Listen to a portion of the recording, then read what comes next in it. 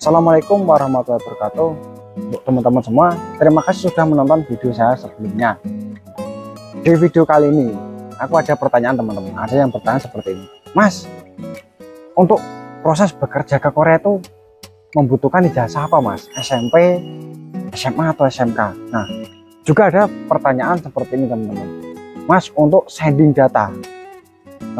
Sending data itu adalah gini teman-teman. Sending data itu data kita itu dikirim ke Korea. Jadi teman-teman itu ada yang bertanya gini, untuk sending data Mas, itu bagusnya ijazah SMP atau SMA atau SMK? Kata teman-teman yang lainnya, katanya itu ijazah SMP cepat dapat SLC. Nah, video ini sangat menarik teman-teman. Nah, kita bahas dan kita kupas satu-satu ijazah apa yang cocok untuk proses bekerja ke Korea. Kita simak videonya sebagai berikut. Jadi teman-teman, untuk bekerja di Korea Selatan melalui program G2G ini, program G2G Korea ini programnya pemerintah. Jadi di sini tidak memerlukan ijazah yang tinggi, misal ijazah D3, S1 dan S2 ataupun S3 dan sebagainya. Program G2G kali ini cukup menggunakan ijazah SMP teman-teman. Jadi teman-teman yang lulusan SMP bisa bekerja di Korea Selatan. Tapi ada langkah-langkahnya yang harus ditempuh, yaitu satu, mengikuti tes EPS topik, yang kedua melakukan tes skill, yang ketiga setelah lulus itu harus melakukan sending data. Nah, sending data ini adalah kita mengirim dokumen-dokumen kita ke Korea teman-teman. Nah, ya termasuk tadi jasa itu yang paling penting. Setelah kita sending data itu masih menunggu SLC dan menunggu pelatihan kerja. Jadi kali ini temanya adalah ijazah. Jadi gini teman-teman, tadi kan ada pertanyaan di saya itu, Mas, kalau ijazah SMP bisa nggak berangkat ke Korea, bekerja di Korea? Nah, jawabannya bisa. Jadi gini teman-teman, program G2G itu tidak membutuhkan ijazah yang tinggi, jadi cukup ijazah SMP itu bisa kerja di Korea. Tapi ya itu harus melalui tahapan-tahapan dan butuh juga biaya, dan prosesnya sangat panjang teman-teman. Teman-teman yang ijazahnya SMP, jadi jangan berkecil hati. Misalnya, wah, ke Korea butuh ijazah yang tinggi. Jadi enggak teman-teman, ke Korea itu ijazahnya enggak perlu ijazah yang tinggi, cuman ijazah SMP kita bisa bekerja di Korea Selatan. Jadi teman-teman nek misal pengen ke Korea Selatan bekerja di sini itu ijazahnya tidak perlu tinggi-tinggi, cukup ijazah SMP. Nah, terus teman-teman harus mencari LPK untuk belajar bahasa Korea. Dipastikan teman-teman belajar di LPK, mengikuti pembelajaran dengan sungguh-sungguh agar lulus tes EPS topik. Nah, lanjut ke pertanyaan yang berikutnya. Gini, Mas, semisal mau sending data. Sending data itu adalah gini teman-teman, sending data itu data kita dikirim ke Korea Selatan. Dokumen-dokumen kita yang sudah tersedia dan dibutuhkan itu, yang kalau data-data itu ada di websitenya BNP2TKI atau BP2MI. Persyaratannya bekerja ke Korea ada semua di situ. Jadi semisal teman-teman nih mau sending data, Mas, mau sending data, Pak, bagusnya pakai ijazah apa ya? SMP, SMA atau SMK?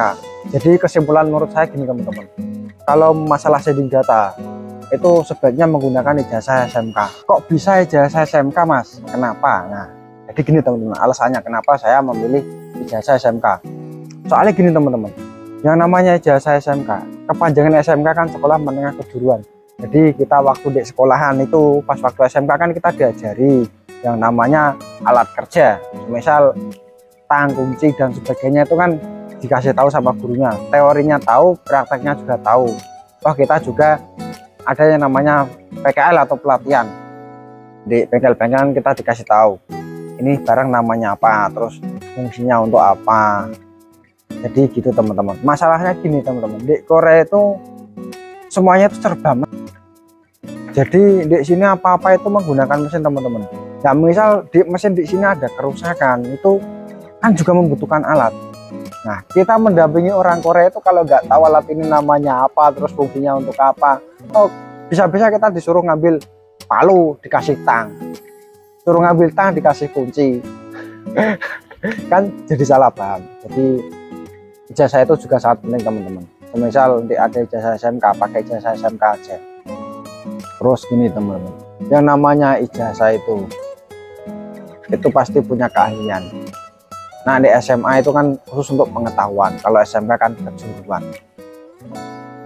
Jadi teman-teman misal ada ijazah SMK, mending ijazah SMK aja, tidak resiko. Terus gini teman, menurut saya pribadi, orang Korea pun tahu kepanjangan dari SMK kan sekolah menengah kejuruan, pasti tahulah tentang mesin-mesin sedikit-sedikit juga tahu. Toh kita di SMK juga diajarkan yang namanya alat ukur tegangan, alat ukur ketebalan, alat ukur ketipisan, kan juga diajarkan itu. Jadi kalau sanding data menurut saya yang mending ijazah SMK. Kalau adanya ijazah SMP gimana mas? Ya ijazah SMP aja, ya adanya SMP kok, ngapain dipersulit mencari ijazah SMA, kan kita nggak punya. Kalau punyanya SMA mas, ya pakai ijazah SMA aja, nggak apa-apa, nggak masalah. Toh batasannya ke Korea itu kan nggak ijazah yang tinggi, batasannya kan cuma SMP minimal. Kalau teman-teman punya apa namanya kayak sejenis sertifikat lah, itu kan ada yang tulisannya Indonesia sama Inggris, itu bisa dimasukkan teman-teman, itu jadi poin tersendiri saat sanding data. Pas saat tes topik itu diikut sertakan juga bagus, soalnya itu menambah poin teman-teman. Misal teman-teman ada pengalaman kerja di otomotif, di Honda atau yang lain dan sebagainya, itu kan ada tulisannya Inggris dan bahasa Indonesia, itu bisa dimasukkan dan itu jadi poin teman-teman. Nah itu juga berpengaruh nanti saat teman-teman sanding data. Jadi misal teman-teman punya pengalaman atau keahlian ikut sertakan dalam sanding data, ya itu bisa menjadi poin plus buat teman-teman. Ya wallahu alam sih, yang namanya sanding data terus kita dapat SLC itu kan keberuntungannya masing-masing.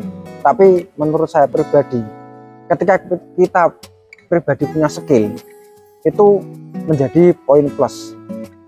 Kenapa? Pastinya bos Korea itu minat dengan kita itu karena kita punya keahlian. Jadi kita punya keahlian itu, ya mau hidup dimanapun itu kita bisa hidup teman-teman. Mau ditaruh dimanapun itu bisa hidup. Oh ya teman-teman, aku lupa, untuk ke Korea ini umur itu minimal itu 18 tahun teman-teman, dan maksimal itu 38 tahun. Jadi teman-teman yang umurnya sudah 30 tahun lebih itu bisa ke Korea, asalkan tidak melebihi 38, itu masih bisa bekerja di Korea Selatan. Jadi kerja di Korea Selatan itu enak teman-teman, sisanya capek. Kalau ditanya mas kerjanya enak nggak di Korea Selatan, kerjanya enak teman-teman. Ya yang namanya pekerjaan itu semua capek, tapi keringat kita di sini tuh dihargai teman-teman. Jadi setelah pulang dari Korea Selatan kita bisa jadi sultan di rumah. Jadi untuk teman-teman yang baru lulus sekolah atau masih berumur 18 tahun, itu diusahakan teman-teman bisa berangkat kerja ke luar negeri. Ikutilah belajar di LPK terdekat, LPK bahasa Korea maupun bahasa Jepang itu sama aja, hasilnya juga sama. Jadi ini teman-teman, kita bisa berangkat di luar negeri teman-teman, cukup 5 tahun sampai 10 tahun itu kita sudah bisa punya rumah, usaha, sawah dan sebagainya teman-teman. Jadi tak sarankan untuk yang umurnya masih muda, jangan buang masa mudamu untuk hal yang tidak penting. Pakailah masa mudamu untuk sesuatu yang bermanfaat.